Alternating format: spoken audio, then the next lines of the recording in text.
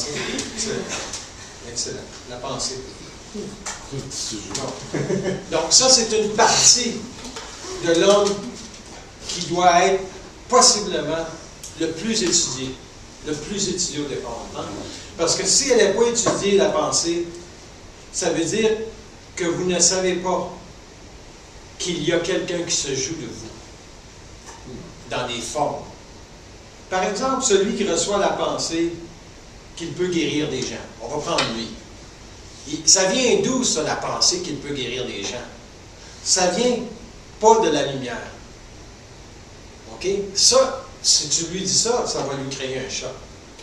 Il va dire, mais j'ai toujours pensé que la lumière voulait qu'on guérisse l'homme, hein, dans cette forme de pensée-là. Si tu lui demandes, comment est-ce que la pensée peut arriver à donner l'impression que l'homme, l'individu, peut aider l'homme ou guérir l'homme? Il y a dans cette pensée-là une entrée. L'entrée, elle va se faire sur les hauts plans. OK? Quand la pensée descend sur le plan de la conscience planétaire, vous êtes ici. Ça, c'est votre psyché. Ça, c'est vous, intérieurement. OK? Votre psyché, normalement, peut englober votre corps émotif aussi. OK?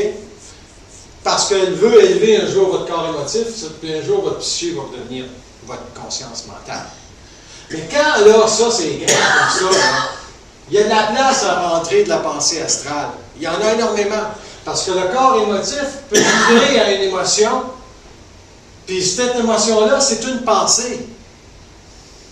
Par exemple, c'est-tu écœurant que la petite fille se fasse écraser en Chine, qu'elle se fasse écraser? C'est-tu écœurant? Mais ça, c'est une pensée.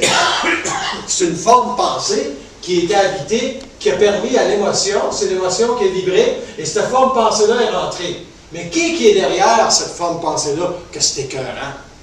Parce que c'est une position, c'est une entité du monde de la mort, une entité spirituelle quelconque, qui se sert de ça pour vous faire vibrer, pour vous voler votre énergie.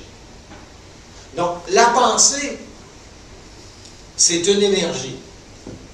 Et dans l'énergie, il y a une couleur ou il n'y en a pas. S'il n'y a pas de couleur, c'est froid. Moi, là, si je lâche le crayon puis je regarde dans ma tête, y a-t-il des pensées? J'en ai pas. J'ai des formes pensées qui sont reliées à ce que j'ai vécu, peut-être le 5 minutes, le 10 minutes, le 1 heure, le 3 heures. Mais ces formes pensées-là font partie désormais de ma sensibilité. Ça veut dire que j'ai reconnu telle forme comme réelle, et maintenant elle m'habite. Comme toi, tu arrives à cette conférence-ci, et tu es habité d'une réalité. Tu penses d'une certaine façon. Tu as des pensées qui t'ont probablement bombardé toute la semaine, ou indirectement qui t'ont plus bombardé aujourd'hui qu'hier, pour te dire finalement,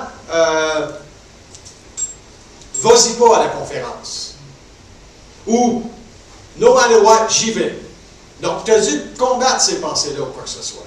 Puis ces pensées-là qui te disent, vas-y pas à la conférence, ne devraient jamais te parler en négation. La pensée, lorsque ça parle en négation, c'est toujours dangereux.